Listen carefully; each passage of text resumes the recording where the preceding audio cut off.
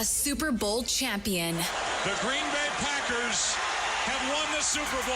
The Packers' all-time leading scorer. A game winner for Mason Crosby. It's time for the Mason Crosby Show with Mitch Nelles, presented by Verizon, the #1 network in Milwaukee, on 1250 AM and 105.7 FM The Fan. Powered by the Potawatomi Sportsbook and on the free Odyssey app. Good morning and welcome in. This is the Mason Crosby Show presented by Verizon. My name is Mitch Nelles, a.k.a. Thunder. It is a rainy Wednesday, but it is all sunshine and rainbows and gumdrops and unicorns here on the Mason Crosby Show. Good morning, Mason. Oh, what's up? What's up? I'm back in my element. I miss y'all. It was fun being in studio for a couple days here this last week. But yeah, I'm ready to get it rolling. Back in the house, chasing kids around, doing the normal stuff. How was sleeping in your own bed? I was a little tired after that drive yesterday. Yeah, Yep. I mean, I just crashed out. I had to move around a little bit. I was sitting for 8.5 hours, 9 hours. So. Ooh. Yeah, just kind of got out, moved around a little bit, and then just the second I laid down, it was over. And then Nolan had 5:30 a.m.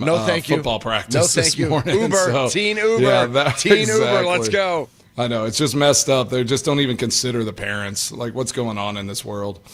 How's everyone doing, though? Y'all doing all right today? I mean, I think it is pouring right now, Mason. Okay. Thank goodness the golf Early weather report. The softball game was Sunday, and the golf outing was Monday. And that you got out of here and had a nice, clean drive weather-wise yesterday. Did you win your softball games last night? We swept the doubleheader. Oh, you're such a baller. 5-4 and 11-3. Okay. I did in the second game. I had a 2 RBI single and a home run.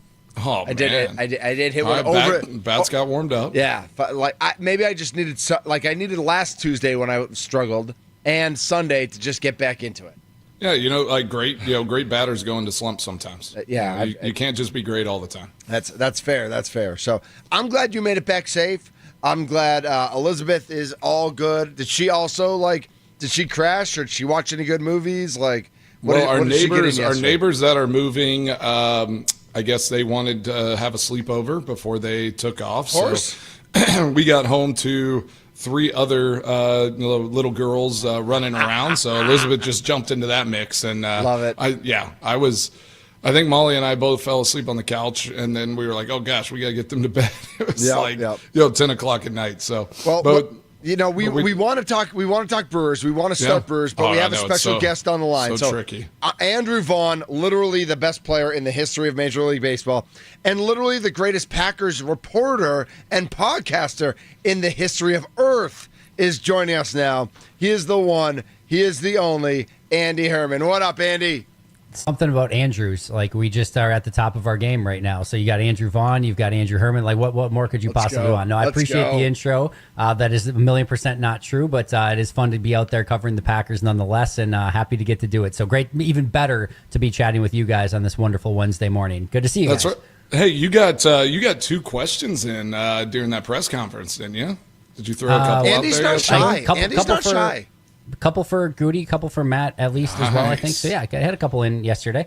Well done. Do you have to raise your hand, or do you just jump in? How is it working? I actually hate how some of them are it's fine in those situations and settings. It's when the first day of practice when everyone's there and there's 70 people in the room and it's just pure chaos, and you have a good question you want to get to and it's just whatever, or after a game and stuff, it's a little bit tougher. But in most of the camp settings, there's I don't know, maybe 15 guys and gals in there that are asking questions. So it's not a huge deal. So yeah, yesterday was pretty easy. Well, nice. Yeah, those daily press conferences can get a little funny. I mean, whenever someone asks about a specific injury or something like that, I mean, it's just Mason, we know that person got dinged up. They're not going to say anything. Why do we need to keep asking those questions? So there's two. There can definitely be that. Although there's a double-edged sword, because if nobody asks about a new injury, then everyone gets upset of like, well, why didn't anybody ask about what's wrong with Dontavian Wicks? And then people ask about it, and they're like, oh, he's just not going to say anything anyway. So it's a little bit of a double-edged sword. But Yeah, the that's ones for that sure. usually are the worst are the ones where you can tell. And I get everyone's got a job to do, right? And most of the people that are in there need some of those answers. Technically, I would say argue more than I do. I get to talk about it, of course, but they've usually got an article that they got to write about it. But when you can tell that the article is already like written, Yep. and they're just trying to get Yeah, like a we've couple talked about snippets that, yep. for their particular article, and if it's a good question that fits within the context, but when it's like so far out in left field or whatever, it's just like, all right, I get it, but come on. Yeah, they have a storyline. I've talked about that multiple times, and actually, I would love that little chess match when I was playing, where someone would come in, and that they already have that article written, and the questions are not like they're not related to what we just did on the field or anything like that. They're just trying to get a sound bite. And I would just circle around, the whole time, and I would say things. I'd go into the deep cliche box in those conversations. Bob McGinn was the best at it. I love my talks with Bob McGinn. He was a wild card, but he always had his article written. So let's talk about this Packers camp and what's going on there. Practice. I know that it got a little heated yesterday, which. I personally really enjoy. I'm like, day what? It's day 2 of pads. That's usually about right. It's usually day 2 or day 3. If you don't have a scuffle, I feel like the team's not, they're not even trying. They're not ready to go yet. What's interesting is like it's taken up a lot of the conversation the last couple of days with the Kalen King play, which, by the way, we found out yesterday the Kalen King play did not even injure Marshawn Lloyd. It was a soft tissue non-contact injury before Kalen King even hit him. So Right. Kalen King or Nate Hobbs? Sorry, Nate Hobbs. My apologies. no problem, Nate no Hobbs. problem. Thank you. Oh, I was for, like, oh clarifying gosh, that. we had a different. A different. Thank hit. you. All Sorry right. to Kalen King. Yes, Nate Hobbs. That play that wasn't even the one that injured Marshawn Lloyd. So that was an interesting one there. But we had that, and then we had yesterday, of course, the Rasheed Walker v. Kingsley Enagbare sort of situation at the end. Outside of that, I think everything's actually been really, really clean. And like you said, Mason, like you sort of expect just a couple escalations here and there. And I get Matt does not want, people being thrown to the ground, and understandably that he's getting upset about that stuff when it's happened on a couple different occasions so far. And he needs to make sure that stuff doesn't happen. Otherwise, again, it just continues to happen. But overall, I've really enjoyed the intensity. I don't think anything is bordered on dirty again, other than maybe the Rasheed Walker play at the end of yesterday's practice. But no, I like the intensity. I like the physicality. I felt like these have been 2 of the more physical practices in a good way that I can remember seeing out there. So you can tell that there is from Goody, Matt, and the team in general that they want just a little bit more spit and vinegar from this team. I think we're seeing it so far, and I think it's overall been a good thing, even though it's been a lot of the conversation points so far. Oh, that's awesome, Andy. Yeah, I'm reading about post fight. I guess they just the whole team run a lap. Is that what happened? Here's the and Tucker beautiful thing Kraft that is like, I happened. couldn't think of anything else, so I just let's take a lap together. So Rasheed Walker had all of his teammates running a lap with him when coach sent him off. It was a beautiful thing that kind of happened because, so again, this is not, as you know, Mason, like the running of a lap is not something that just takes place in a modern, kind of NFL anymore. Most of the players afterwards are like, I haven't ran a lap for a coach since like high school. Yeah, so exactly. he has Rasheed run a lap, and Rasheed's like not happy about it. He doesn't want to do it.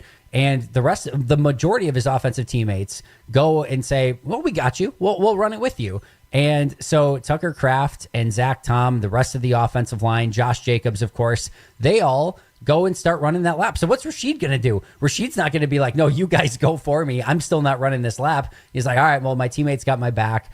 They're running it. I'll go and run it with it. It was a one lap around like half the field. It wasn't anything egregious or anything like that. So ran the lap, got things cooled down. And no, I loved how his teammates had his back. It was absolutely awesome. That's awesome. That's great. Andy, what from camp has stood out to you the most, like so far? Just is there, just a player or splash thing that has just kind of like, wow, caught your eye and this has been amazing?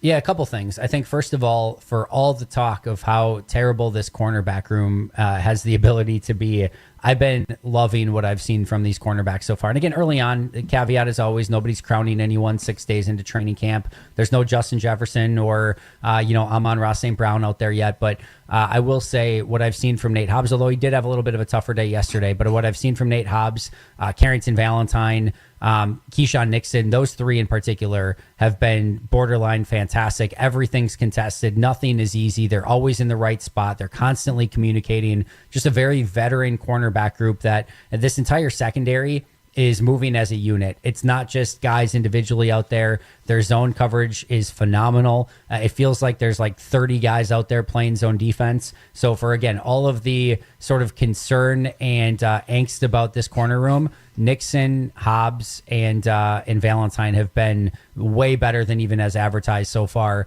and I've been pretty excited about that. And then we talked about Matthew Golden on the Pack-A-Day radio show today. You know, I would say maybe the first couple days pretty nondescript, but you can tell he is getting better day by day and consistently and continuously making more plays. And yesterday was a huge day for Matthew Golden. 60-yard touchdown reception on a deep bomb from Jordan Love, which was definitely the play of the day. He beat Carrington Valentine on a one-on-one, which was a ton of fun to watch. He goes up, skies, gets the ball, comes down, cuts back inside, gets the touchdown in that one-on-one. Had a big play down the sideline on a play-action play. Had a big play off of a crosser where he was able to get accelerating upfield, and then drew a pass interference on Nate Hobbs as well. So you talk about a guy that has all the talent and you want to see that proof of concept. We've already started to see that proof of concept from Matthew Golden.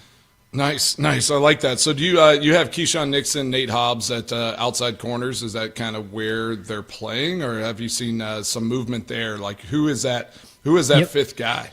Yeah, so two nickel defenses, and how I think it's going to go is I think there's going to be more of like a base nickel, which is on your early downs, your 12 personnels, but you still want nickel out on the field, and you're going to see Javon Bullard in the slot there with Nixon and Hobbs on the outside in those situations. And then it feels like they have a more obvious passing down nickel where they take Javon Bullard off the field in the slot, move Nate Hobbs inside, and then you've got Nixon and Valentine on the outsides at corner in those situations. So it very much does feel like they have two different nickel packages. Again, one for earlier downs, more likely run downs with Javon Bullard, a bigger, more physical safety in that slot spot, and then taking him off the field where he does struggle a little bit more with the coverage aspects of it. So on obvious passing downs, taking him off the field, getting Nate Hobbs, and then getting Carrington Valentine on the outside, which makes a ton of sense. So I think you're going to see all those guys play quite a bit, but I really like the fact that they actually have both of those options depending on personnel package and what team they're playing against. I mean, obligatory reset right here. I mean, everybody knows your voice, and everyone, listen to the Pack-A-Day radio show. But we got Andy Herman joining the Mason Crosby show for a little special first segment here from the Pack-A-Day radio show. It. Check out Pack-A-Day podcast as well. Just nonstop crushing it. I love how in depth you get with all of your takes. I mean, it's just you're very again. I mean, you could be a scout. Let's go do this, Andy.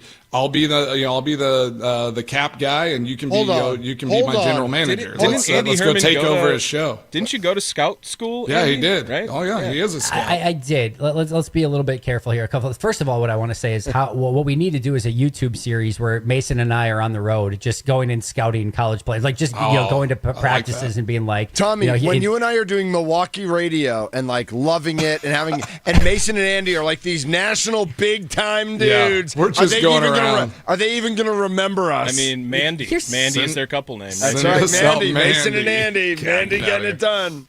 Here's the thing, an entry-level scout, you could not get me to stop what I'm doing to be an entry-level scout, traveling the entire United States. Brutal. It'd be fun for a year. Don't get me wrong. I could do it for a year. If I could even just piggyback with a scout for a year, I think it would be unbelievably fun. But to have to do that nonsense, and you're getting paid nothing as an entry-level scout. So it's not even something that you would necessarily want to do at this point, but it would be fun. But I will say, that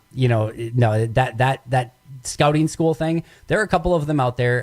The Scouting Academy, I think, does a really good job. I did not take that one. There were a couple ones back in the day. They were good. They were enjoyable. But there was no major thing that I would say that I'm like, oh my God, now I know exactly who's going to be good in the NFL or things like that. But there was some good attention to detail stuff. Mark Dominic, the former general manager of the Tampa Bay Buccaneers, he led one of those courses. So it was just kind of cool to get a GM sort of perspective on some things and those sort of things. But no, this would not be if the Packers signed me today and said, we want you to be our new area scout, there would be some things I would need to learn. Let's just put it that way. Yeah, well, I've seen scouting write-ups for kickers from a former linebacker or DB or whatever who is in the scouting department, and it's just ball goes in the air, makes most kicks, good leg strength. Like that was literally the scouting report. I have a scouting book and it labels what they are looking for each position. So one of these times we'll have to get it out, Mason, and read the ideal kicker profile, scouting profile for kickers. Right. We'll read that at some point. I'll do it as a poetic reading. It'll be beautiful radio. I love that. Well, hey, since I brought up kickers and specialists, how obviously McManus is having a great start to his camp, making all his kicks. How is Waylon doing? Is he punting the ball well? Is it looking good? And then tell us about returners. Like, what are you seeing? Who's kind of been getting the first team looks there at the returner position? Yeah, great questions. Waylon's looked fantastic. I mean, his leg is just phenomenal, and the hang time he is getting on his punts is just out of this world. And I think it's really nice, too, to have the same battery, as I'm sure you can attest to be able to go into an offseason with the same kicker, long snapper, and holder in this case, with Daniel Waylon being the holder. Not having to have any changeover there. I think that is carried over very well, which has helped Brandon McManus, I think, be perfect so far. I actually wanted to ask you about this. I'll get to the returners in just a second, but this is my very dumb scouting eye when it comes to looking at kickers. It felt to me last year that there were times where some of the younger kickers, the Anders Carlsons, even Greg Joseph, who's a little bit more of a veteran, and some of these guys, it almost felt like they were trying to overkick it or, just put so much effort behind it. Just by, again, pure look at when you were kicking, it barely looked like you were trying, and this is a compliment. Like it barely looked like you were trying. It looked like you were just a nice, easy swing on the ball, and that thing just exploded off the foot right down the middle. I see the same thing with McManus right now, where he is just so calm and confident. There's not a lot of wasted motion and movement, kind of like a golf swing, right? You want it nice, tight, and clean. And it looks honestly like when he touches that ball, like it's going to go like 20 yards. Like you're like, he's not even trying, and then like all of a sudden, just it explodes off of his foot right down the middle. There's no movement. There's no wasted motion. It's just beautiful to watch him right now. Yeah, he has a very compact. Like he doesn't get very far off to the side. He's a real straight line guy. Sure. Obviously big guy. I mean, he's really tall for a kicker. So he just uses those levers really well. I know that is. The things where he's had issue is just like blocking that ball to the right just because of how he lines up. But sure. He's smooth. He has that personality where he's just kind of very chill. Nothing really rattles him. You almost would think it feels like he doesn't care at times. Personally, but that's just that's how he goes about his business, and he's out there. He just does his thing, and it is something when you're a veteran and you're not like trying to prove something and grind and like show your leg and all this stuff. You build up through camp as well, like where it's like, all right, I'm just going to make great contact. I'm just going to be smooth. I'm going to make sure I'm getting that. Whenever I'd start into camp, I had a tendency to get to the ball pretty quick.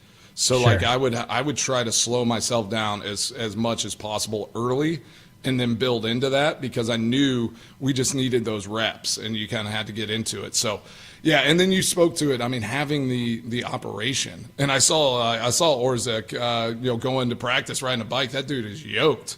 He's like linebacker out there. So yep. I think that's that just pays dividends to have that consistency from year to year and being able to just like get as many reps as possible, feel really comfortable. I know Bisaccia works them through the kind of ringer. I'd be interested to see how McManus enjoys some of the drills that Bisaccia puts them through, because I know my first time he said like, hey, like we're gonna take step, you're gonna tap ball, we're doing all this extra stuff. I was like, all right, like we'll give it a go. I haven't done it, but I did like the rhythm of it, and I obviously it's gonna pay dividends as you just get as many touches, as many reps as possible without straining the leg, over and over again.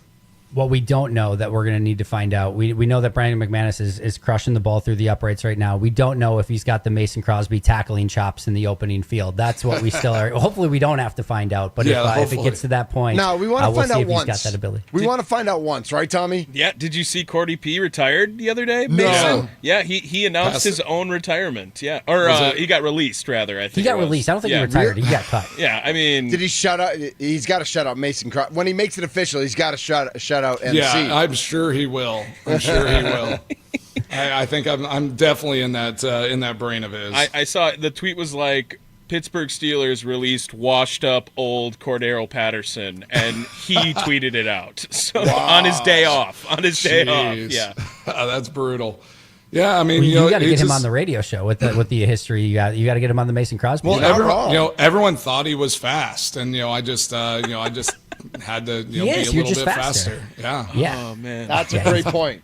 Yeah, exactly. Yeah, as far as returners go, just really quick, yesterday the kick returners, Matthew Golden, McCole Hardman, Keyshawn Nixon, Savion Williams, Amar Johnson, Israel Abanikanda were the ones getting the reps. Punt returners, I know, obviously Hardman, Jaden Reed, Keyshawn Nixon, I believe Wicks has gotten, and Golden have gotten some opportunities as well. So, and I do know, sorry, we went over that. So those have been some of the players who've been getting returns. I still think if he makes the team, McCole Hardman's going to be the punt returner. I think kick returners may be a little bit more up for grabs. I have liked what I've seen out of Savion Williams so far when he's gotten those opportunities, but nice. I think Nixon, Hardman, Savion Williams could be probably a few of the ones that are mainly in that conversation for kick return. Well, I mean, Savion's like similar build to a Cordero Patterson. Cordero. Yeah. Yep. Cordero. He's big, can be fast, physical. Those guys are tough. I didn't mind the smaller, quick wide receivers. It was those big guys.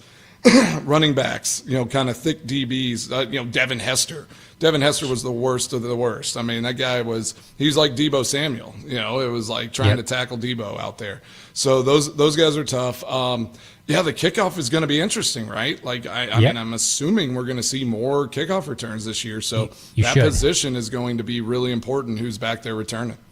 Not just that, but the coverage units as well. Isaiah Simmons could be a huge addition to that special teams room as well with his ability on teams. We'll see if Christian Welch can make it, but those coverage units are going to be ultra important on kickoff. Yeah, Mitch? Andy, we talked about this yesterday, and Mason, you can, that it always seems like at the beginning of training camp, the starters are on special teams. And it's like, the starters are going to be on special teams this year. Everybody's fired up. And then one guy gets like a little twinge in his ankle, and everybody, no starters on special teams, just the bums. Is that how it's going to go this year again?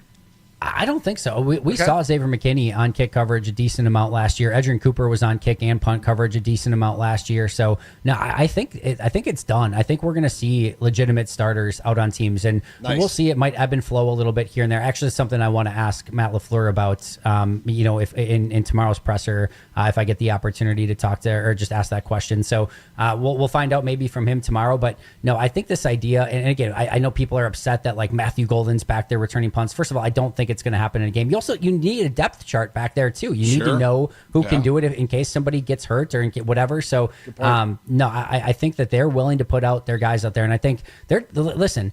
This is a team that has lost a game on a Brandon Bostic, fumble, that has lost a game in the playoffs because of a 49ers game where the blocked punt at the end of the game. Yep. Keyshawn Nixon lost a fumble at the very beginning of the game last year. The Bears last year?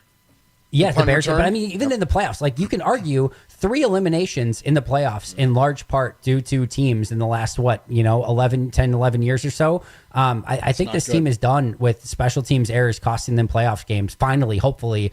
So it has won them some in that Dallas Cowboys game as well. I will point that out. But I think that they are done with that, and hopefully we're seeing a little bit better special teams this year overall. Well, Andy, I know Bisaccia is not afraid to mix it up and get in those meetings and fights to get those guys on the teams, and I got a feeling that everyone's just a little scared of Bisaccia up there. He's going to come in there. He's going to come in there fired up. Listen, if McKinney's out there, nobody else can say anything, right? That is arguably the best player on your team, like in just the way that he's playing. So, if he's willing to go out there and play teams, like who else is going to argue and be like, well, I don't want to play? Well, your best player, arguably your all-pro guy is out there playing teams. So, you don't really have much grounds to stand on if he's willing to go out there and do it. And now how the kickoff is with it's more limited running. You just need guys that are going to fill and do their job, right? Like, I mean, it's kind of like a run play. It's max maybe seven plays, if you're if you're scoring a ton. So it's not like it's overly taxing. So those guys should be able to go out there. It's like the first defensive play of a series. So we got Andy Herman from Pack a Day Radio, Pack a Day Podcast. Like Andy's just everywhere. He's you can find him anywhere you click on the internet. So Andy Herman, really appreciate you. You're going to be at practice today, crushing it? No practice today. Today's an off day, but I'll be right back there tomorrow, and then I will be missing Friday. Soft, so they, I know they initially did not have a Friday practice, so we did schedule a family trip out to Eagle River for the Thursday night, Friday, Saturday. So I will not be out there on Friday, but I will be back for Saturday night, family night. When is paintball? Nice. Like the team paintball? Yeah. That's the end of minicamp, and they did not do a team activity this year. So do you think they might do it during some time during? No. They're not taking a day. Not during camp. All right. And I think, so remember, because of the draft, I think they missed out on a full week of like OTAs or something that they didn't have the team come in for that week. So they kind of got an extra week away from the facility because of that. So I think that kind of made up for not having their annual paintball day. Is it raining up there like it is in Milwaukee? Because it's raining in Milwaukee today. Is it raining in the Green Bay area today? It is not. No rain. I don't think we're scheduled to get rain golf today. could happen. For some of the guys, Andy golfing could not happen. No. But for the players, I mean, we don't. Yes. I mean, we love you, Andy, but we're really concerned about can the players get out? Will Oneida be filled with? I would be golfing today. Yeah, I'm sure Domovsky's out there golfing right now. Would be my guess. So yes, I think golf could be played today in Green Bay. Awesome. Well, mini golf might get played by me today. We might get some mini golf action. Now we're you never know with that. Well, that's why they, they stopped doing, or they probably didn't do paintball. They didn't do any of those things because I'm pretty sure a coach, every time we've done one of those, we have an Achilles or an ACL.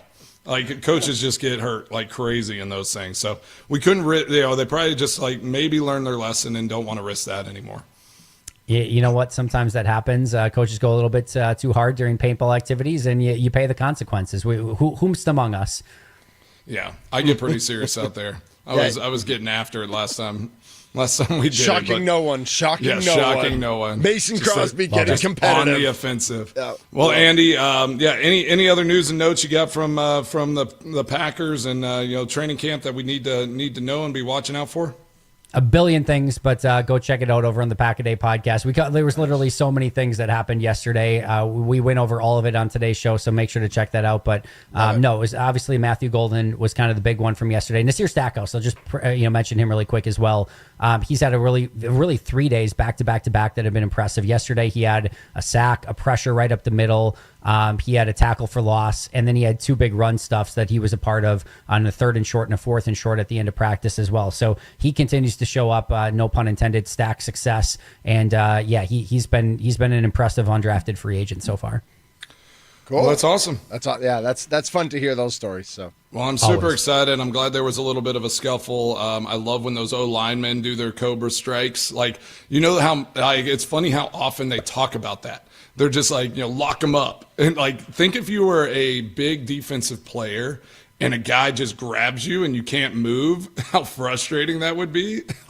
No wonder there's fights whenever stuff like that happens. So I'm glad they had a little scuffle. I think, that's what's needed in training camp. You just got to mix it up. And then they go to Indianapolis, is that right? In a couple weeks? Couple weeks for practice, a joint practice in Indy, and then preseason. Yep, that'll be fun to dive into that, and it's always good to go against another team. So, Andy, enjoy Eagle River, enjoy your time, and appreciate you jumping on. Andy, does the Peacock app work in Eagle River? Because SummerSlam. It better. Is that this coming weekend? Yeah. It's funny when he said Saturday, Cobra Sunday. Strike, by the way, the only thing I could think of was Santino Marella with the Cobra. That's the only thing I could think of. So exactly. There you go. Appreciate that. Yeah. I appreciate you guys a ton. Thanks for having me on. We'll definitely have to do this again. I know I'm coming out with Mitch on Monday, so looking forward to that as well. Yep. Thanks, Andy. Awesome. Great Appreciate job. you guys. Appreciate it. That's Andy Herman joining us on the Fan Guest Hotline, powered by Gruber Law. One call. That's all. There's no substitute, Mason, for being there, right? Yeah. Just the juice, but also the info. And Andy did a great job starting the show, Pack-A-Day with Tommy today, talking about what they're allowed to record, what they're not, because there's no video of Matt LaFleur losing his brain yesterday because it was during one of those sessions that you're not allowed to record. Period, yeah. So so Andy did a great job at going over what sessions they are allowed to record, what they're not, even what fans because fans are technically supposed to adhere to those rules as well. Yeah, they should. We've seen a lot of clips of team periods and different things across across training camp. So I think it's going to be hard to regulate all of those things. But I think being there, feeling how the energy is, all of that is really important. But like I said, with Jordy. And Jordy, is he's no nonsense. He kind of just like, yeah, well, if I don't have all the details, I'm not going to dive into that. But he's just like, sometimes from the sideline, you can't tell exactly what they're trying to do and trying to accomplish. So you can't get all the information, but you can see the players that are excelling and doing well. Like he said, he's feeling good about Matthew Golden from yesterday, which I think we should all be excited about. Yes. Is he proving to be a number one yet? I don't think that's the case. I mean, it's too early in camp to tell that. And I think Jaden Reed, it's good for him to have a young guy like that to push you. That was drafted first in the first round. It's going to pay dividends, and it's going to be good for this whole roster to have that competition. Without that competition, there's there's no point. And I think that's right. And when he said the cornerbacks, and I was going to bring that up, when he talked about the corner and the DB room, this group feels like one of the most competitive groups that we've had in a long time. I don't like Nate Hobbs, taking shots or being overly physical in practice, but he is competing. He's flying to the ball. You have Keyshawn Nixon, who's going to just compete his butt off every single day. Yep.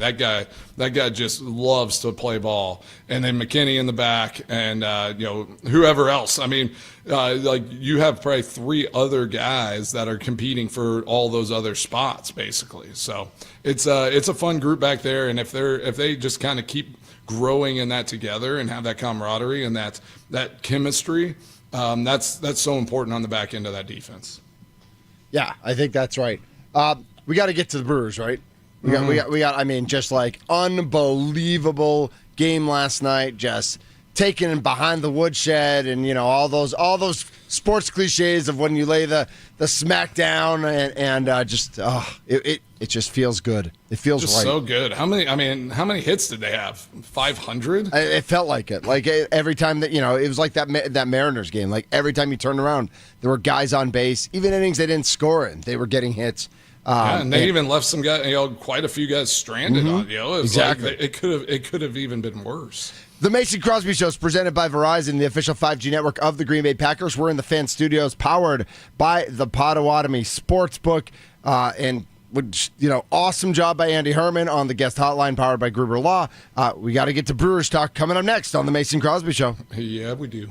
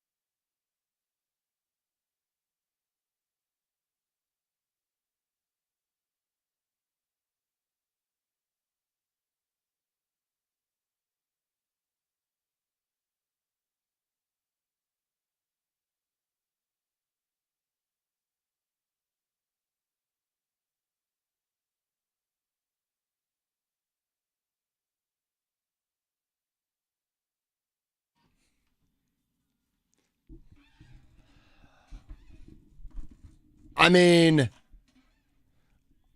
I love Gwen, right? And I love No Doubt, but I'm not sure who put this in like a sports radio station's bump rotation. I just got to say it. I just got to say it out loud. This is Mitch Nelles, a.k.a. Thunder. Mason Crosby's here as well. This is the Mason Crosby Show, presented by Verizon.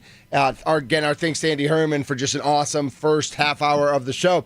But we can't, we'd be remiss if we didn't just like hammer the Brewers Cubs. And what a game last night. Andrew Vaughn's world and the rest of us are just living in it. Ridiculous. Career high 6 RBIs, like grand slam, and he almost hit one earlier. I texted y'all right away. I'm driving, and I'm like I was listening on the radio, and I'm just like, no way. Bases loaded. Vaughn's been red hot, and I'm just like, he's going to hit a grand slam right now. Like it's happening. He hits it 395 feet. Hits it to the warning track. It was unbelievable. So juiced seeing that. And this team is just so fun to watch. Yeah. It's now Vaughn and a drive.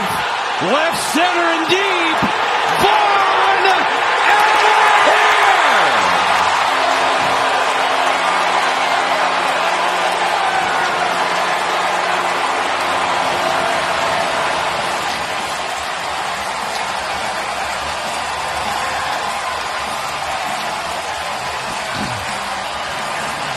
Who wrote this script?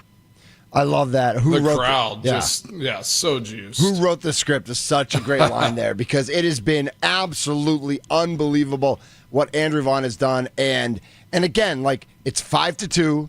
Brewers are in control. Brewers are, Quinn Priester is doing Quinn Priester things, getting into a little trouble, getting out of trouble, and doing it like he is in command. But for Andrew Vaughn to just like sit on that pitch. I almost thought it was thrown too slow for it to get out. Like, I thought at first it was going to be in the gap or off the wall, and that it wasn't going to be a home run, because the pitch was, sometimes the faster a pitch is thrown, for sure, the harder you hit it. Well, it was like an 82 mile an hour, just like a little sinking curve. So I was worried that the pitch was too slow. But he got, and then the celebration by the guys in the bullpen are all dancing and going crazy. I mean, it's just like, man, I don't want to jinx today. Whatever happens today happens today. Freddie's on the mound, we know that. But you couldn't have scripted these first 2 days better. Yeah, basically. like our guy Drew Wagner always says. I mean, you win the series, and they've already done that, which. I could have never, again, like, who wrote this script? I could have never written this script. Yep. Like, I for sure, thought these first 2 were going to be a lot tougher than this. And especially, when they go down 3-0. In that first game. In the first game with Miz, I mean, it's like, how is this team doing it? Like, it is special. And I just keep leaning, harder and harder into, do not trade for somebody. Like, don't make a trade for anyone that is going to be a starter. Like, if you want to bring someone in for some depth, for injury protection and all of that, yeah, good on you. But if you bring somebody in and you mess with this chemistry, with what this team is doing, it's just unbelievable. And we do have to look and see what happens with Churio, right? Like, yes. we need to talk about that. I mean, the guy stretches out the triple, comes up lame, hammy situation. They haven't said what was the word? What did they say it was? Hammy, like hamstring strain, something? yeah. Did they say strain? I thought you said a different word. Well, they said spasm. Spasm. Spasm. That was the spasm. word. Spasm, which sounds like a cramp to me, right? Which is a good thing if it's just a cramp. He was punching his arm or his leg on third base. You could trying to tell loosen it up. Yeah, you could tell that Pat Murphy was like, well, I mean, we came out here there's 0% chance we're not taking you out of the game. And now everybody was talking of about how hot it was in the park yesterday. Oh, I bet it was muggy and humid. Some more Andrew Vaughn news and notes here, and I love that we can find something like this on Twitter. Because, hit it with us, Tommy. Only 2 MLB players have put up the following numbers over their first 10 home games with the team. very specific. But I like a those. 475 or higher batting average, a 1,000 slugging or higher, and 15 RBIs or higher. 1,000. The only two players in MLB history, Andrew Vaughn and Barry Bonds in 1993 with the San Francisco Giants. That's it. So I know Andrew Vaughn is Barry Bonds. we are aura farming on Aura Mr. farming. Barry Bonds, but Andrew Vaughn, Andrew Aura seems to be all real Aura farming, in Milwaukee right and now. I was going to say the aura in Milwaukee for sure, and it reminds me, and I know this brings up a lot of bad memories for Brewers fans, but it reminds me of a guy like Jeff Suppan. So Jeff Suppan was a pitcher, Mace, for the Cardinals who always burned the Brewers. The Brewers signed him. They overpaid, and they admitted they had to overpay at the time. The Brewers were, kind of a stinky organization. Yeah. They had to overpay to get a mid pitcher like Jeff Suppan in, who always crushed the Brewers, but was just okay. And he had a couple okay seasons for the Brewers, and then it went sideways, and the manager defended him, and it went really bad with the fans. But a guy like Suppan always pitched well in Milwaukee. And it feels like Andrew Vaughn has come here, and I'm not. That's the only correlation I'm making between the two. Is like sometimes you just hit well, sometimes you just pitch well in a particular Something park. just looks right. Yeah, Like just the visual behind the pitcher, everything that like sets up. I mean, Yep. there's that like golfers have the same thing. Like Yeah. Tiger Woods could win anywhere, but guys like Bubba Watson like could only win on certain courses. Okay. There's Yep. and there's probably a handful of guys, maybe more, that it's like these courses are the courses they play well on. This type of course, how it sets up, does it move left to right to left more? So like sometimes that's how it goes, right? And Yep. that's same with football. Like every sport, there's always a place where you just like really like. It's like I love going down to Dallas. Like Yeah, that place was a good. that's your spot. It's a good spot to kick. It's a good spot to be in. Have you guys seen the outrage of Andrew Vaughn's ESPN page yet? No, what does that mean? No. If you are to look up Andrew Vaughn on I'm on it. ESPN, He's got an Angels He's hat wearing on. an Angels hat. Why Oh, is come on.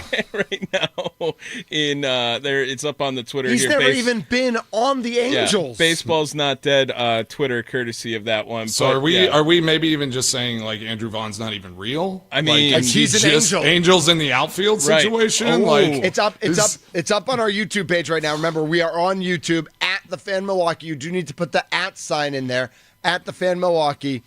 Day 3 of Andrew Vaughn inexplicably having an Angels cap on his I love ESPN page. He played his entire Day career 3, for the White they're Sox. like countdown. Like Yeah. trying to he has get done him it to change. the last 3 days now, just trying to get it changed in some capacity to try to see so why. funny. But yeah, Andrew Vaughn in all Angels gear still, apparently. We need to get this changed. Played the ESPN. last 4 seasons for the White Sox. Now a member So of the it's Brewers. not Never even, like- played.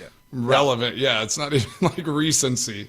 Oh, that's so good. That is crazy. That is I have no idea I love why. it. And Get he's- on the details, boys. There's got to be some trolling situation. There's got to be somebody at ESPN's like pulling a practical joke on someone.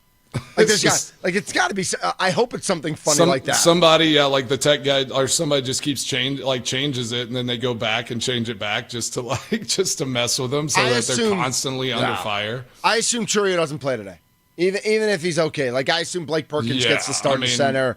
They give him the day off because the team's off tomorrow. It would be wise. Yeah, and It just would be like just to wise. make sure, even like listen, if it's more than a spasm or a tweak, if it's something that he needs to be on the 10-day injured list, they'll do that right away. Yeah. But if it's not, if it's something where it's like a day or two, give him the day. Like I know we want Jackson Churio in the middle of our lineup. Like he's a difference maker.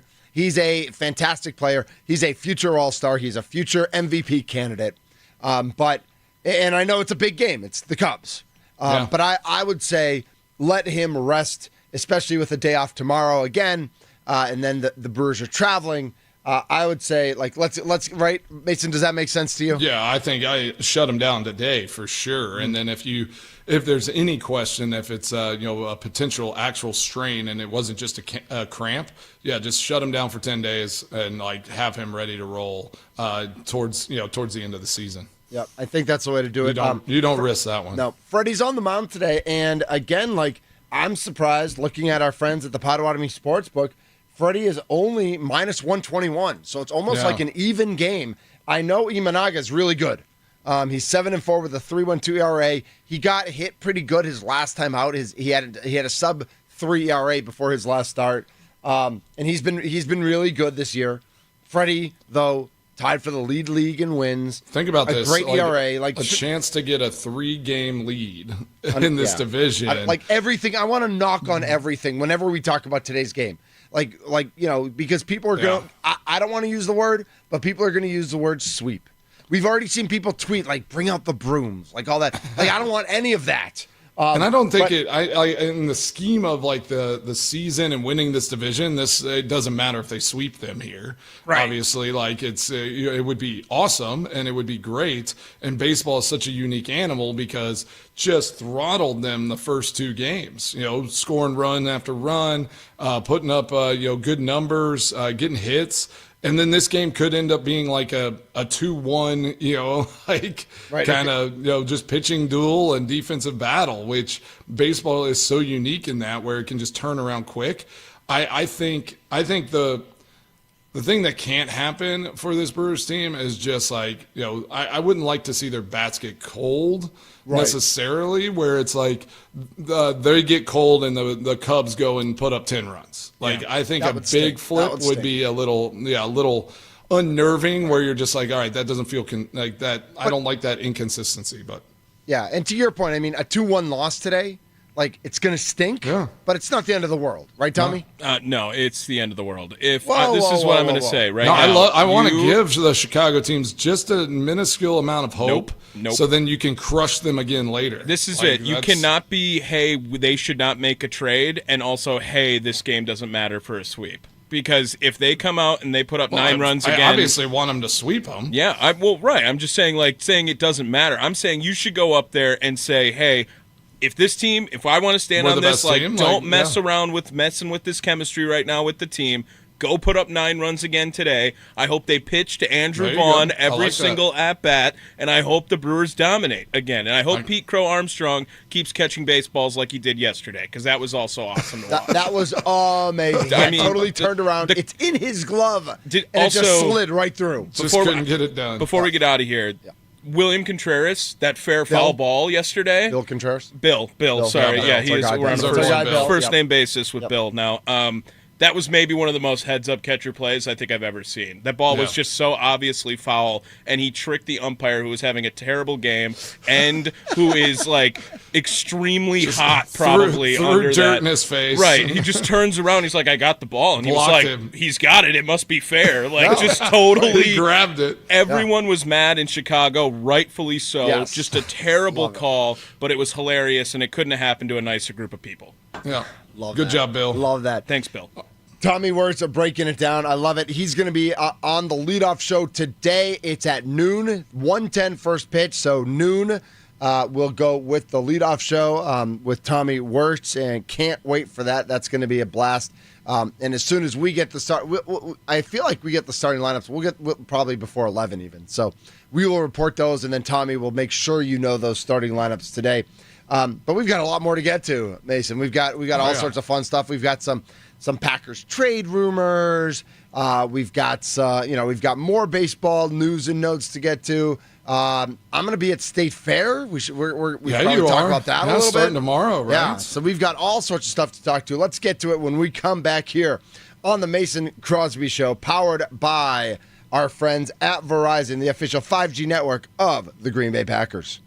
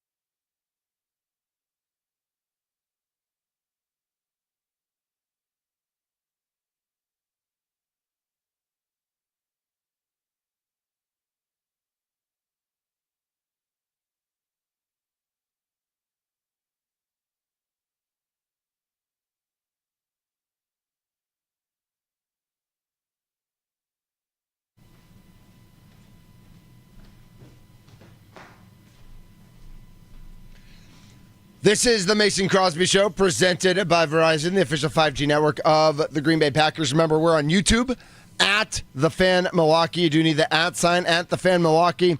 We're also live on the Odyssey app, the iHeart app, everywhere you listen to your audio. And if you miss any of the show, just search the Mason Crosby Show, whether it's Apple or Spotify or whatever. We are everywhere. Mason Crosby is everywhere. I'm everywhere, and that's for sure. I'm everywhere on the internet. I'm everywhere on in Wisconsin. It's been fun. I mean, these last 6 months have been pretty epic. So I'm excited what the next 6 months have to hold. But let's talk about this. I was going to say, you're not done because you got to get up to Boulder at some point in November, right?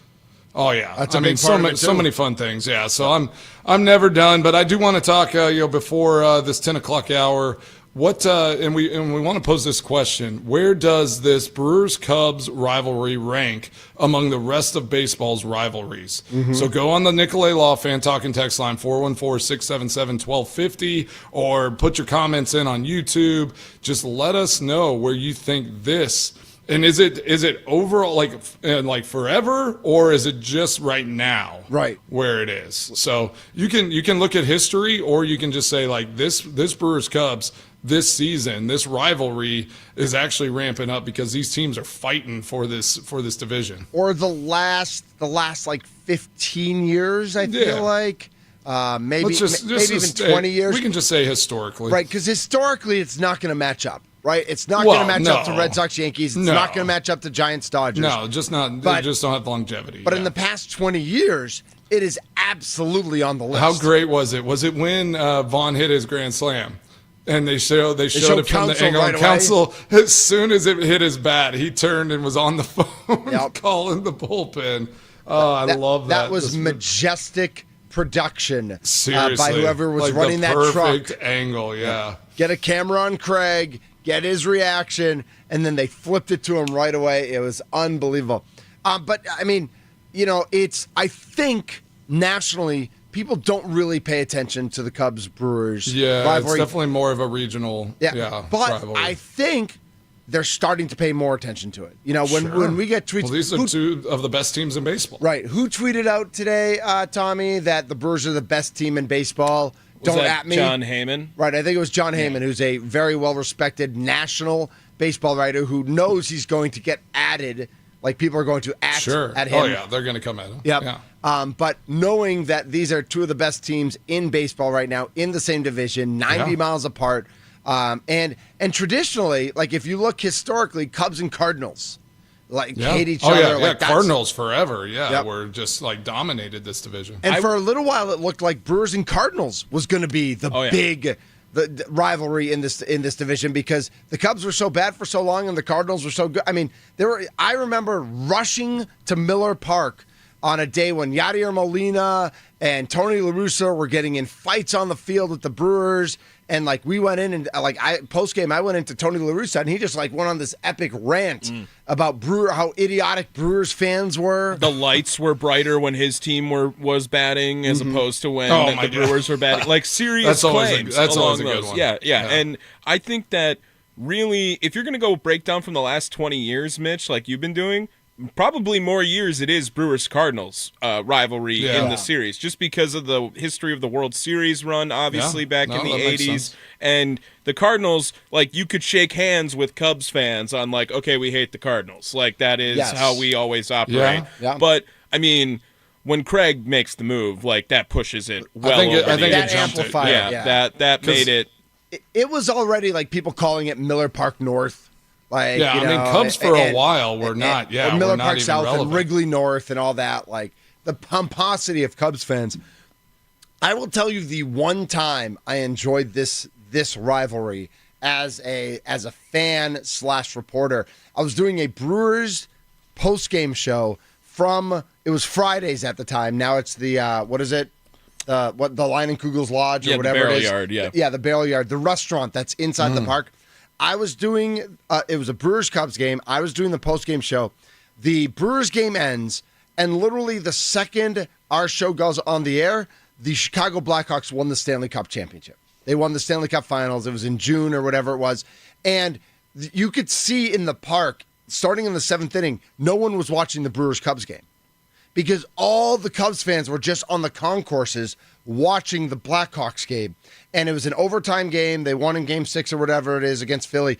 I literally had to go to break because it was pandemonium inside the stadium because the Chicago fans went so crazy. And I will say, as like Milwaukee not having a hockey team, like it was kind of fun to watch. Yeah. You know, that's the one rivalry we don't have with Chicago fans because there's no real hockey team here. But besides that, the amount of Cubs fans who try to come up and Madison try to take should over. Get a professional hockey team. I think it would make more sense in Madison than Milwaukee. No, just give a little space. Yeah. But you know, for the Cubs fans to come up here and say like, oh, it's Wrigley North and we run the stadium and we're in charge. It's like, man, it just feels good to lay the smackdown on their candy tushies. And the Brewers fans have showed up this series for sure. Like it has not been drowning out of, you know, let's go Cubs or anything. No, that crowd was in it. Yeah. And I mean, the beautiful like FanDuel Sports Network again yesterday, just showing Cubs fans leaving after the 7th, 8th inning yesterday. Phenomenal work. Phenomenal work. Just troll them all the way out. So when you think about this, Mason, and you think about obviously the Packers-Bears rivalry and that like over the years the Vikings rivalry got bigger because the Vikings were more relevant. But then every once in a while the Bears would be relevant. And now the Lions are relevant. But it's all like I think it's always Packers-Bears is at the top. It's the only one that is a legitimate long time that you can like hang your hat on rivalry. Even when the Bears, last year, like Bears aren't good. They split the series. Yeah. So that meant a lot to the Bears. And it meant a lot. Like I think too traditionally, I mean, the Bears are the only other team in the division with a Super Bowl, so it's kind of that also plays a factor as well. Yeah. I was watching that 1985 Bears 30 for 30 the other day.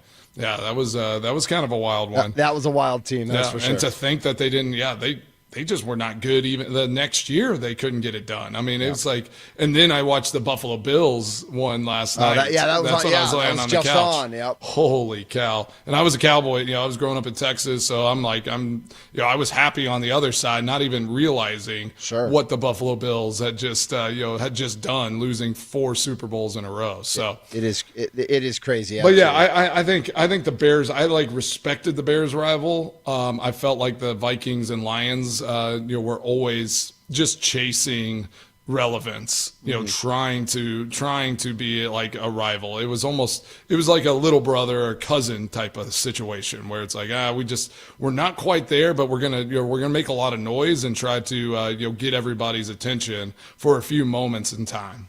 This is the Mason Crosby Show presented by Verizon, the official 5G network of the Green Bay Packers. We are also in the fan studios, powered by the Potawatomi Sportsbook. ESPN has a couple articles up about some potential NFL trades they'd like to see, and this morning on our text chain, Mason Crosby posted a trade idea that maybe he'd like to see. So let's talk a little Packers, and it's been 5-6 days. We're starting to get an idea of what this team looks like. Trey Hendrickson apparently going to end his holdout with the Bengals, so maybe he's off the list, or maybe he's just going in so then they can talk a trade. I don't know. Exactly. Let's talk about some NFL trades and some Green Bay Packers news and notes when we come back here on the Mason Crosby Show.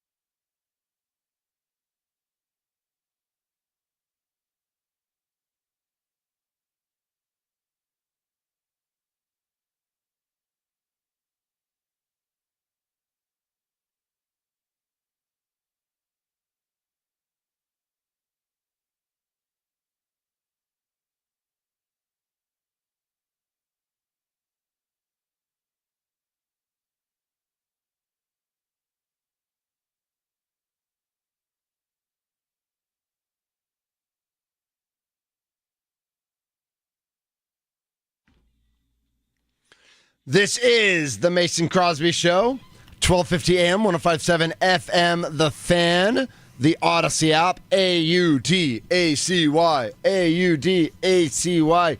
Thanks for joining us here at the 10 o'clock hour of our Wednesday, our Human Wednesday. And Mason's feeling a little human today. He's slept in his own bed for the first time in a while. Long 9-hour drive yesterday.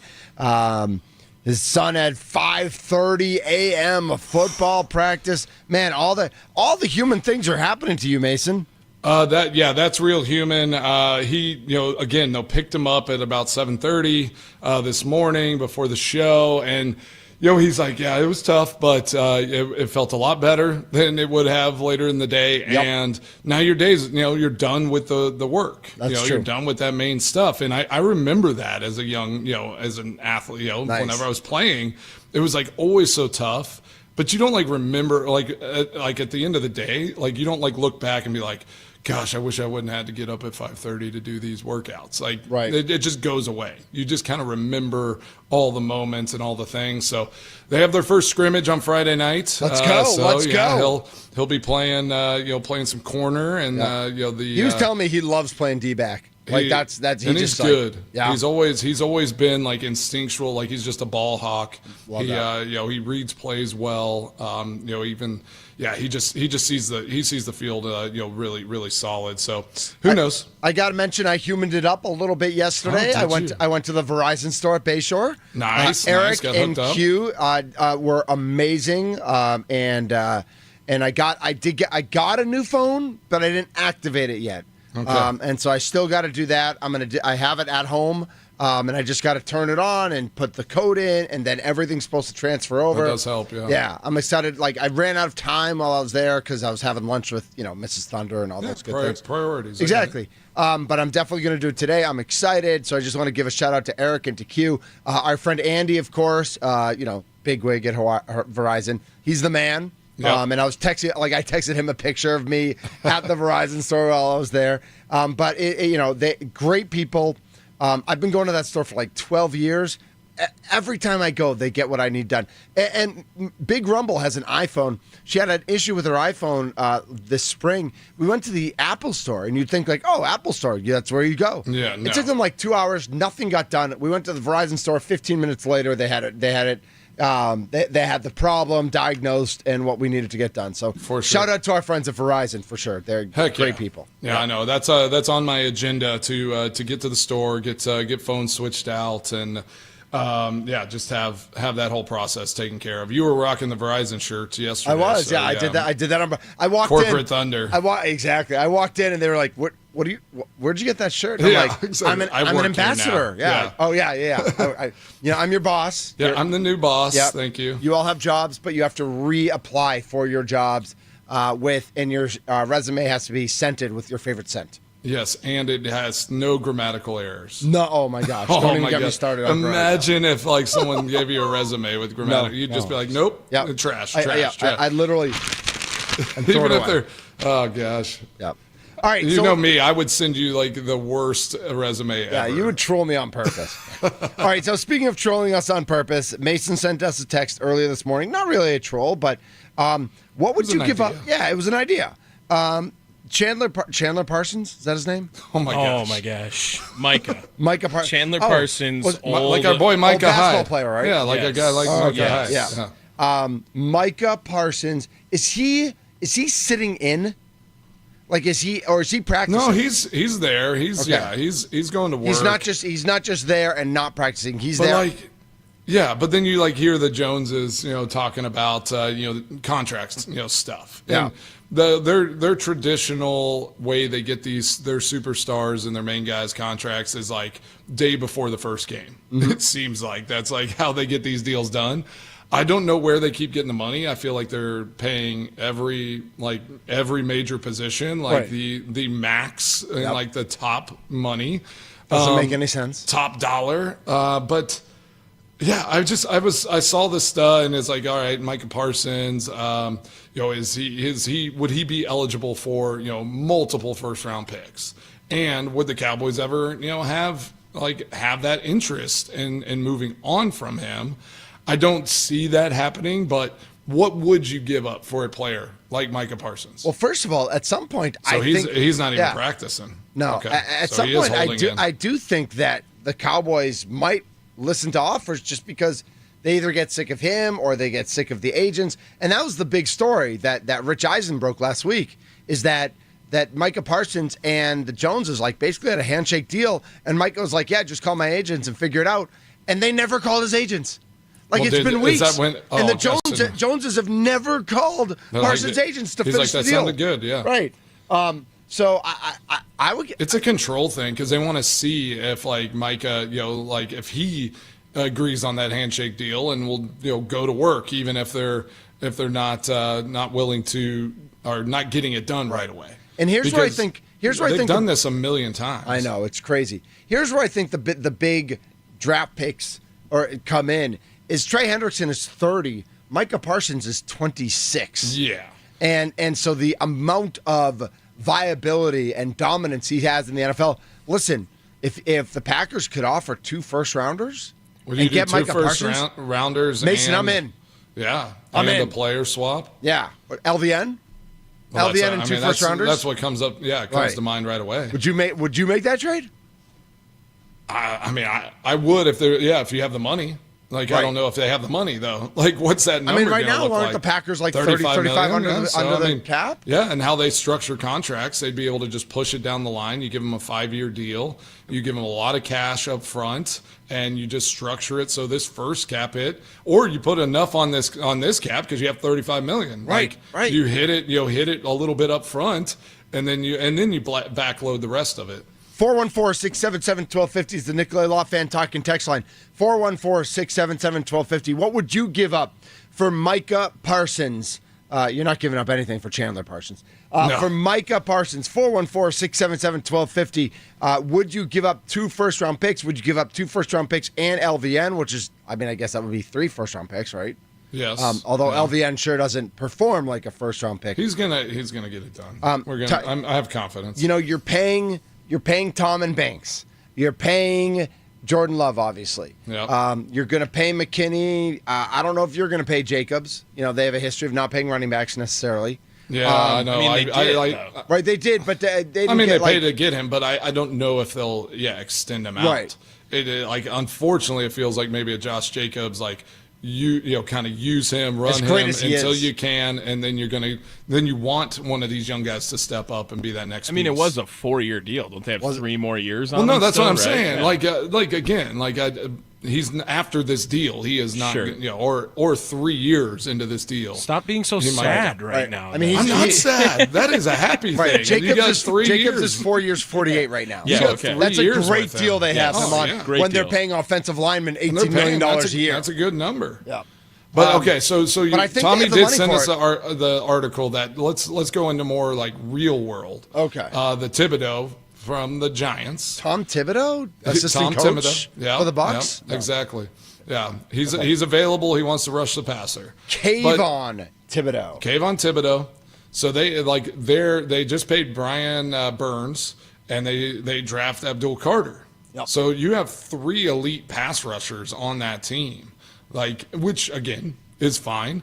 But if I'm a guy like Thibodeau, if you feel like you're the third man, the odd man out there, do you want to be traded? Do you want to move somewhere else? Go to a team that has a really good chance to win if that's available. If I'm the Giants, I'm accepting some trade offers. If somebody comes at me and says, and I think the one that was pitched, right? It was Thibodeau and a 5th rounder from the Giants for a 2nd round pick from say the Green Bay Packers. Yeah, it's a 2026 5th round pick, which the Packers would receive.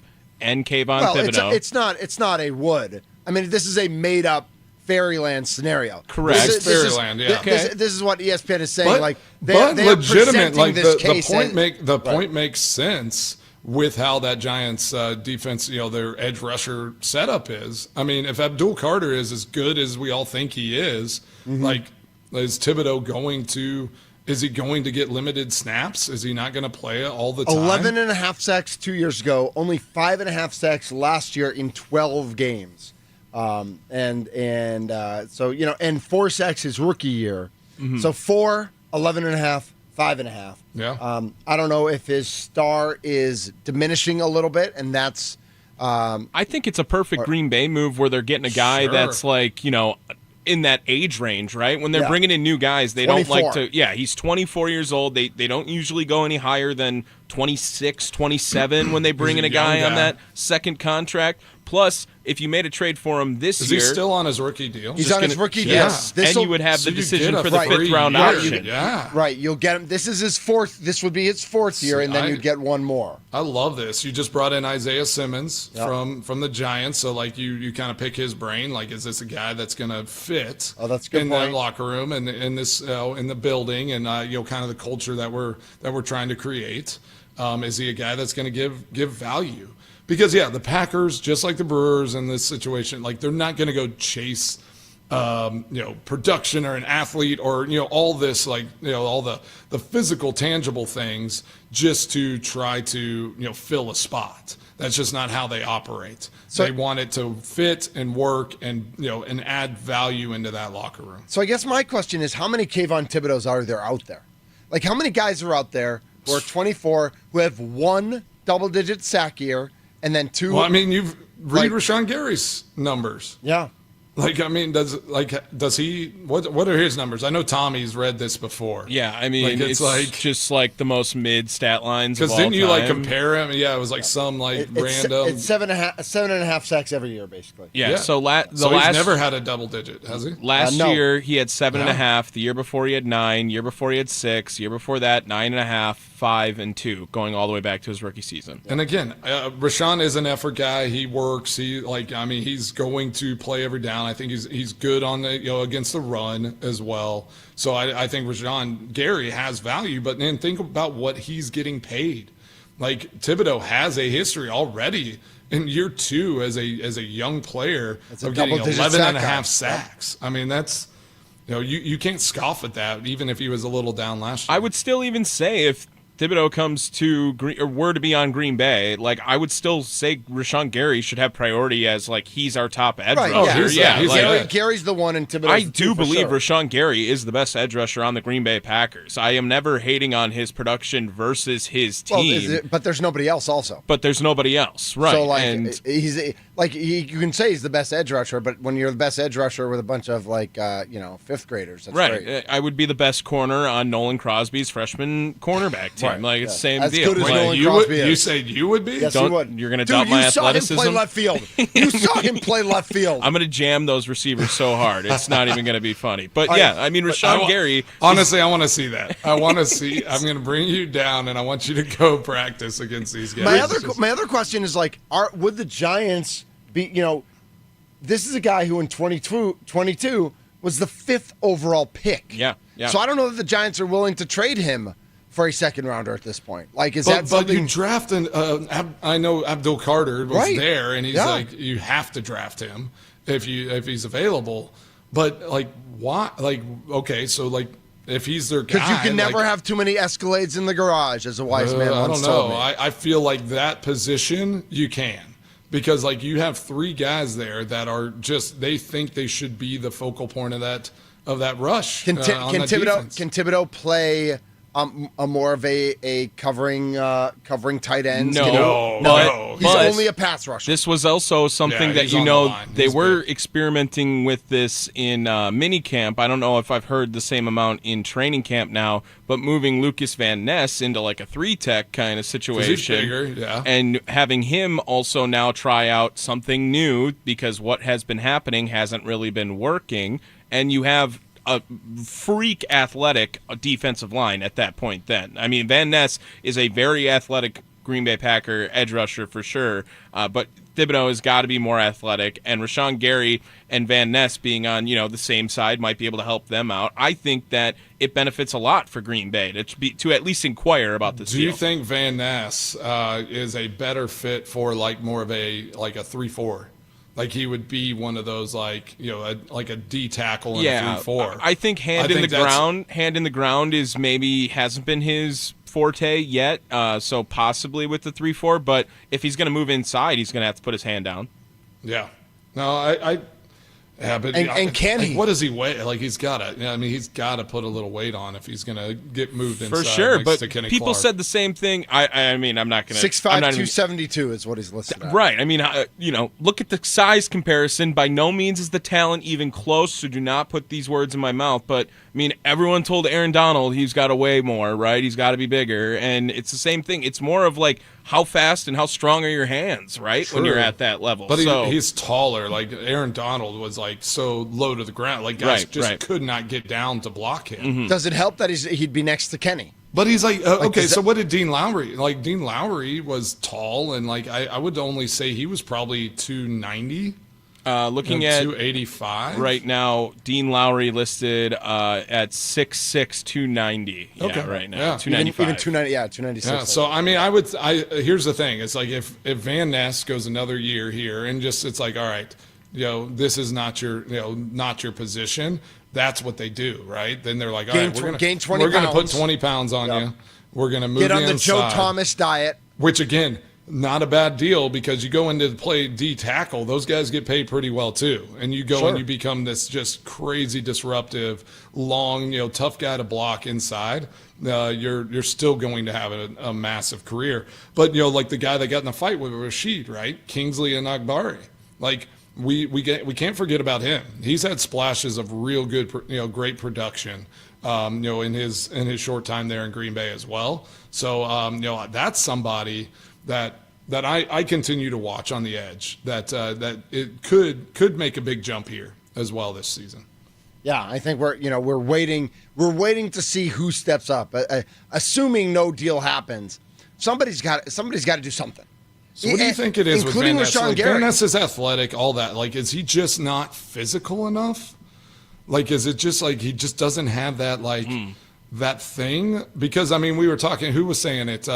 LaFleur said in the press conference that he got blocked by Jaden Reed, on the end, which I feel like should not happen. I feel like we're about to use the S word here.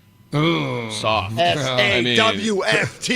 Soft. I don't want to comment on it because I've never played in the NFL, but just saying. And there's different levels of soft. He is not soft by any means. Yeah. But there is it's a mentality, right? Yeah. It's just a mentality. Weak-minded is not as good as soft either. I mean, that's true. But it's not even that. It's just it's a mentality that like I am going to be just a problem every time I'm on the field, and it's going to hurt. It's going to be brutal for me and everyone that I go against, but I'm going to do it. I mean, that's like Reggie White is like, obviously he was a freak like in all phases, but like his stiff arm, the way he just went about it. I mean, Aaron Donald is a prime example. The guy was the biggest jerk in the world. I mean, he would literally grab guys' throats. and they would prepare for it during the week. Instinct, man. I remember all of those O linemen when they were going against Aaron Donald. They were ready to get like jammed in the throat the whole game. We need Lucas Van Ness on the knives workout that Aaron Donald was doing. You remember when they were like pretending to stab him and he was like using his hands to like go crazy. All yeah. That's what we need. Lucas Van Ness, just get some knife training and you'll be all. If you can dodge a wrench, you can dodge a ball. Yeah. I still want Micah Parsons. If you're gonna like go all in, trade two first rounders, go get Micah Parsons. I mean, then you're gonna have to pay him like the highest paid player that's never played quarterback. Yeah, that's. Somebody's going to. Someone's going to make for sure. Splash. All right, is he that good? Is he good enough to get that contract? Yes, I believe so. So he makes a difference on the defense. I completely agree. You think he makes his defense better? Yes, I do. Oh gosh, I do. Is this a Super Bowl contender with Micah Parsons? Yes. Like everyone looks at. You have Micah Parsons right now on the Packers defense. They are the number one team in the NFL. Like everyone's just saying, like they will not rock and roll, baby. No one will be able to do anything. Hold on, I got my phone. You can see me on YouTube. Hey, Brian? Yeah, Brian, it's Mitch Nelles. Yeah, in Milwaukee. Yeah, I do the radio show with Mason. Yeah, Mason Crosby. You remember him, right? Yeah, guys, it's Brian Gutekunst on the phone. Okay, I thought it was Lammy. Sorry. No. Yeah. I think you guys should trade for Micah. Yeah. Micah Parsons. He doesn't seem to be happy in Dallas. And, like, the Joneses are really smart, but sometimes they're really dumb. Just like, throw something at him. Yeah, I think you could get a good trade, yeah. Oh, you're going to give him a call today? Oh, great. Okay, all right. I look forward to hearing from you. Thanks, Brian. Okay. Yeah, that's all it takes, right? That's a great conversation. Done. I'm glad you had that. Done. I can do a Jerry Jones impression if you want. I'll bet you could. Yeah, no, I'm all right. I'll save it. I'll save it Well, for a better hey, day. Yeah, and we'll need it at some point, though. Hey, and when we come out of the break here, we're gonna go on to, well, let's just do it now, just real quick. We'll touch on it because I want to talk about international games. Yeah, and I love how this everyone topic. feels about that. I think that's a good one. Everyone feels about that. So I'm just gonna say, initial power rankings for the seasons, which I know you love, Mitch. They're the best. Packers at number 5. What do you think about that? NFL or NFC? NFL power rankings. Are the top 5 teams all NFL, NFC teams? I don't think so. All right. Well, Philly's ahead of them. The Chiefs are ahead of them. The Lions are ahead of them. The Bills are ahead of them. Is that it? Let me see. Packers are the 5th best team after those 4? No, I don't think it was that. No, it's Eagles, Yep. Ravens, Chiefs, Bills, Packers. Lions. Packers are the second best team on this list.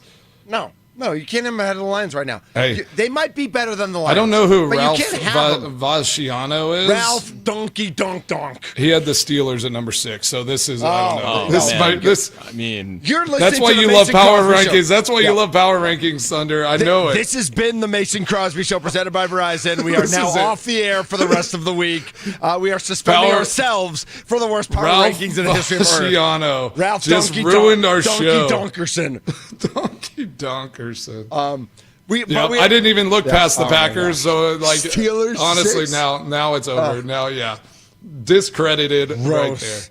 there. And I think the Steelers That's are the going to be problem good, with but number 6 is crazy. Mason, that's my problem with power rankings. Anybody can just like write on a pad of paper 1 through 10 and write anyone they want and call it power rankings. That's not power rankings. we should do the Donkey Donkerson power rankings. Donkey every Donkerson. Yes, Every that week. is now Did I- a new. did I just That's a new create- segment. Yes. Yes, write Yeah. that down, Tommy. Sponsored by your neighborhood petting zoo. Ooh. Let's go. Exactly. This is the Mason Crosby Show presented by Verizon, the official 5G network of the Green Bay Packers. If you have anyone to nominate for Donkey Donkerson Power Rankings, send us a on the talking text line, the Nicolay Law Fan talking text line, 414-677-1250. 414-677-1250. This is the Mason Crosby Show. Let's go. Can't believe you did.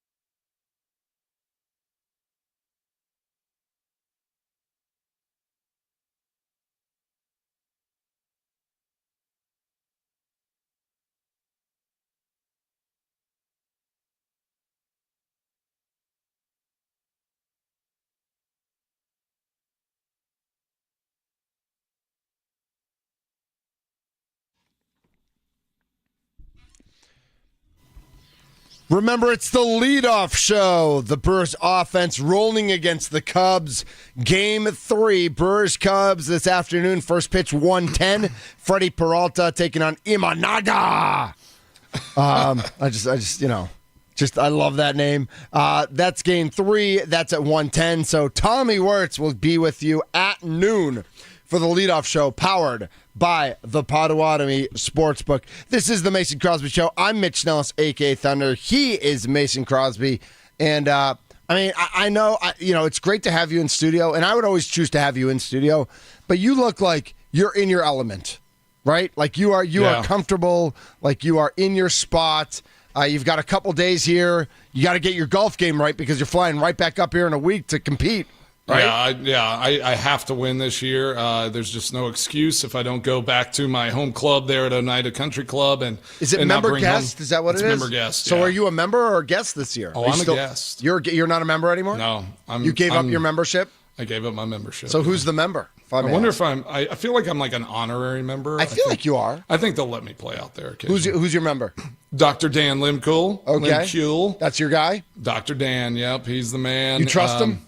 Oh, I do. Well, I don't trust him on a few holes. Ooh, we played last Saturday. Yeah. And I don't know. It must be me. Maybe I make him nervous or something. You are an NFL player, so being around you, it's a big aura to have to. Yeah, because there's hole 12 at Oneida, par 5.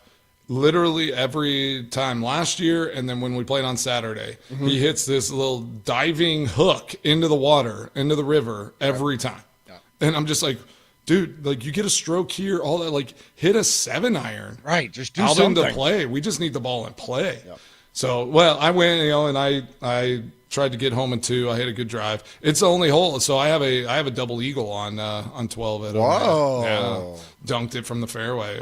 That was pretty epic. That is awesome. So you're going to be up in Green Bay next week, but that's not quite the same as like the Orlando Magic and the Memphis Grizzlies going to play in Berlin and in London in the NBA season next year. So yeah, exactly. How about that transition, Tommy? So I was seeing that this morning, and obviously know that they've done it in the past, and it just started getting me to thinking. And I played in one international game, which I really enjoyed. It was a great first half. Experience. It was a great first half. But honestly, it was just like it was brutal for the season. Like it just kind of like messed up the whole flow of what that season was. I thought how we kind of did the travel as well was a little, did it make sense? It was just a little tough. Yeah. Okay. It's because, we live our lives, relatively normal, throughout the week. Like you have a whole week of prep and like, all right, let's, we're going to, you have days off and you do your stuff. We flew out on Thursday night, landed Friday morning, went right to practice. Then it was like guys wanted to, go and, see a little bit of London and like things like that. And like, which that's not our job. That's not, we're there to win a game and but it feels odd going on a trip like that. You feel like you're going on vacation. Like you're going across the pond. Right. Like it should be built in that you do get to go on the double-decker bus. Think about the teams going to Madrid this year. Yeah. In the NFL. That would be epic. I would enjoy that. Siestas for everybody, baby. Yeah, exactly. You got to fly out on like Sunday after that game and just get there Monday. Let everyone do their thing. Because I think if you do it that way, you get in Monday, you have a couple days, let everybody just get it out of their system, like go and enjoy the city and all that. And then it's like, all right, now it's a work week. Yep. We're in Wednesday, Thursday, Friday. We're getting our stuff done, and we're going to win a ball game because that's how athlete brain works. It's not like you can like kind of check out for a moment and then turn it and then ramp it up for the game time stuff. So I feel like it's like the overthink sometimes on these trips. It's like, gosh, if we go for too long, they're going to get complacent. They're going to get tired. Like they're going to do too much. So I have a question for you back from 22, right? 22? 22, yes. Yeah. You guys were the last team to play an international game. Is that correct? Yep. Do you think some of that inexperience is what affected maybe the travel plan or some of the players that like other teams have done this 4 or 5 times. They know what to do. Obviously, the Jaguars do it once or twice a year, so they really know what to do.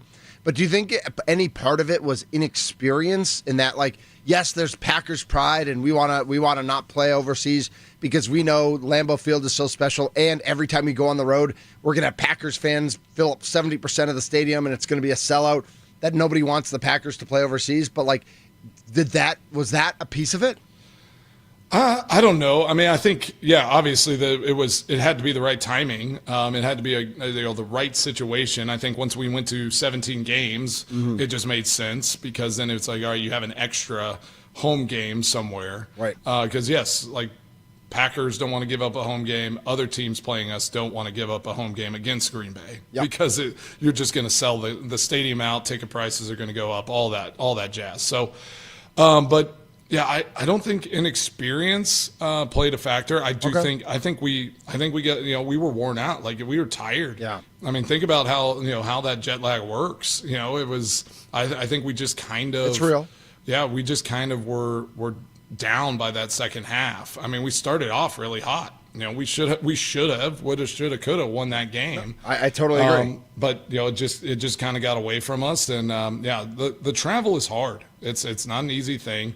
It's hard for people that go on business trips. To go and just be up and do all those things, and then now you're asking guys to go and play in an NFL high pressure, high activity football game, and I do think it's fun. I don't mind it because I'm a huge soccer guy, so I love watching football at 8:30 in the morning. Yep, it's the best thing ever. Just to wake up, games are rolling, you get to kind of start your day off right. But I would ask, like in the NFL schedule this year, like with all the games they're putting on in there now, which one of those international games would you be most excited about if the Packers were going? Well, and even all right, I have a different question, but let's go with that one too. Yeah. Like, I was hoping they were going to Dublin. Right, there's Dublin, there's awesome. Madrid, there's Berlin, there's London, there's Mexico City, there's Brazil. Mexico City would be awful. That the altitude there is crazy. Yes. It's a tough place to it's play. Like Denver, and the right? field can be a little rough at times too. I would assume it. Yeah, I would not trust the field in Mexico I bet City. Brazil was fun last year. Except the field was a mess there too. Madrid for sure. The field was a mess. Definitely want to go to Madrid. The field was a mess in Brazil also, though, Mason. And I heard it was just like it was tough, like security wise, and like kind of moving around. Brazil's dangerous. I mean. Well, and then like obviously the team, like and, think about the NFL, the colors are wearing, right? That both teams were green. They're both green, where that's like the absolute worst thing that could have happened. Are you kicking a 70-yarder if you're playing in Mexico City? Ooh. For sure, for sure. Isn't it double the altitude of Colorado? Is it? I think it's like 9,000 feet above sky level high. there. Yeah, it's way up there. I mean, I would definitely in pregame be ripping long field goals. 7,400. 7,400. Okay, so it's 2,000 more. 2,000 more than Denver. Pretty high. And Denver's pretty high. So now, and you can get high in Denver. Mason, you're talking about the international game schedule here. Yeah. You personally, I like watching it on TV, and I think a lot of people probably just enjoy the NFL could put a game on at 3:00 in the morning, and it would have record numbers for 3:00 in the morning. But like the players have to realize it's going more in this direction than it is away from this direction. Yeah. And does that something that like is an NFLPA conversation or something that the players are going to fight against for more time? I mean, I would hate playing for the Jaguars where it's like you're going to England every other week, it feels like now, but just a perception around the NFL in general on it. I have a feeling in the next CBA there's going to be I think we're on the verge of expansion teams. Like you're going to see some teams actually pop up Europe, or do you think Europe, like Mexico? Do you think Mexico City also? You can't put them in that division. The travel is just crazy. What's that? If you were going to have like an international division. Yeah, well, I've heard they've kind of spitballed and they're like beta testing like ideas. You go over of for how a couple weeks at a time. It's like you have like 4 teams over there, and you go over and you play all 4 teams, and you're just over there for a month, or something like that. That sounds crazy. awful. That sounds terrible. Yeah. Or you play 2 of them, right? And then they're their own division, so they play each other twice. So that takes care of at least 8 or 6 games. And then they come over and do all that. Like it's not good, but I mean, like how many games like they're adding every year? I mean, this has and where they are. Like for a while, right? It was just London. They were just playing over there. Now they're in Berlin. They're in Madrid. They're going to Dublin. They're still in Brazil. They're in Mexico City. I mean, they're gonna keep expanding this, and they're gonna try to figure out a way to play in those places more often every year. Which it's tough. It's taxing, and I don't know. And financially, obviously, it makes sense. They wouldn't be doing it if it didn't make sense. But where does that threshold cross, and when do you actually have to put a team there to make it even make more sense? Well, and I wonder what it would do for some of the marketing rights, right? Like there are teams that already have marketing rights in, other places in Europe. Like I know the Bears technically have like Spain, right? Like that's one of their marketing rights. And if they were Packers got Ireland, right? Yeah. So again, like now you're going to essentially take money away probably from other organizations to invest it into another organization. Now it sounds like it's a problem with not only the players because of the preparation and time that comes with it, but now ownership is going to lose out on money. And that's not going to fly in the NFL. Exactly.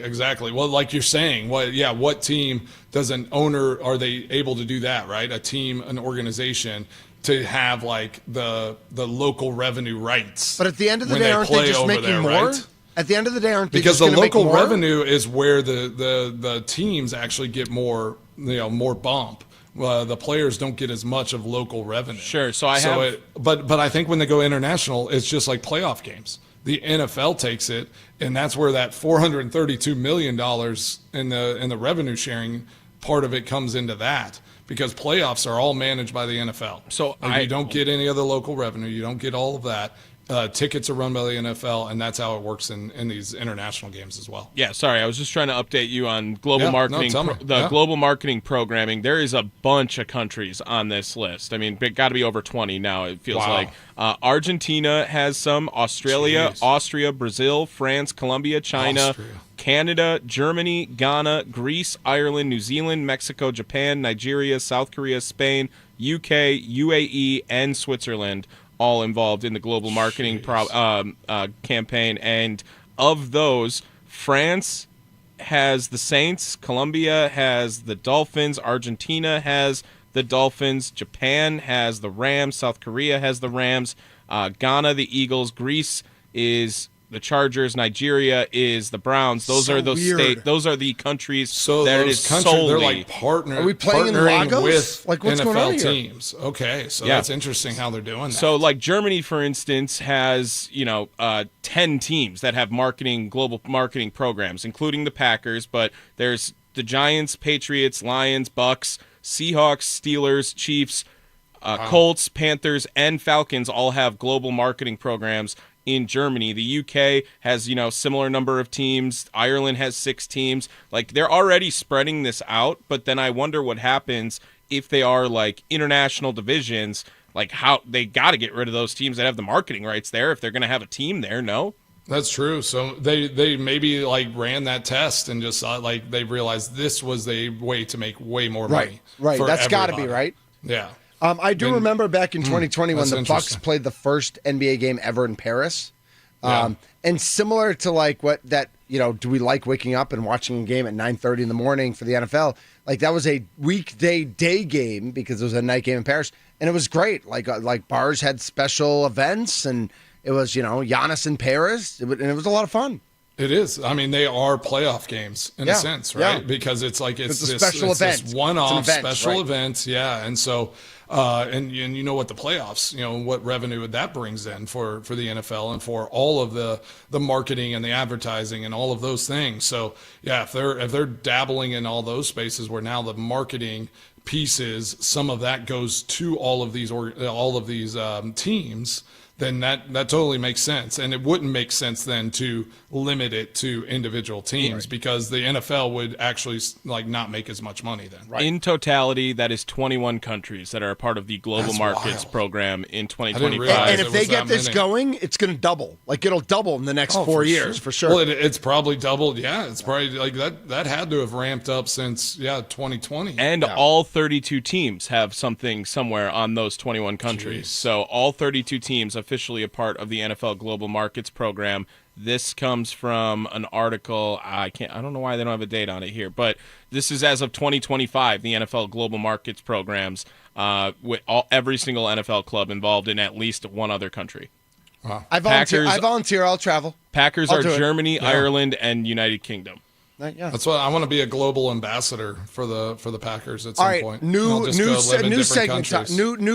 Tommy, can you create a new Google Excel sheet or whatever? What are they called? Sheets? Yep. On Google. I got you. The different jobs that Mason Crosby wants to do now that he's retired. That's right. Because he wants to be in charge of NIL for the NCAA, and I mean all the different things he wants to do. Pro golfer. Yeah, pro golfer for sure. Yep. I'm already doing that. Yeah. Pro radio host. Yeah. And podcaster. And podcaster, yeah. And now he wants to be the international consigliere for the NFL. Sommelier. I like that word. Sommelier. Yeah. That's way better than consigliere and a sommelier. Yeah.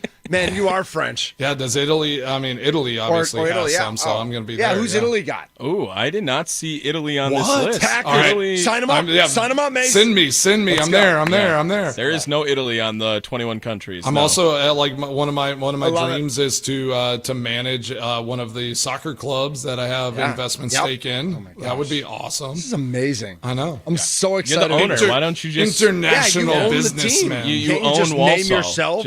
Yeah, because Kitman. I haven't gained all of that knowledge yet. You could be Kit Boy. The Kit Boy. The Kit Boy. Yeah. This is the Mason Crosby I'm a Show. man. Come after me. I'm 40. We are presented by Verizon, the official 5G network of the Green Bay Packers. We'll be back with Mason's Extra Points. 9-hour drive yesterday? Oh, baby. Let's go. This is the Mason Crosby Show.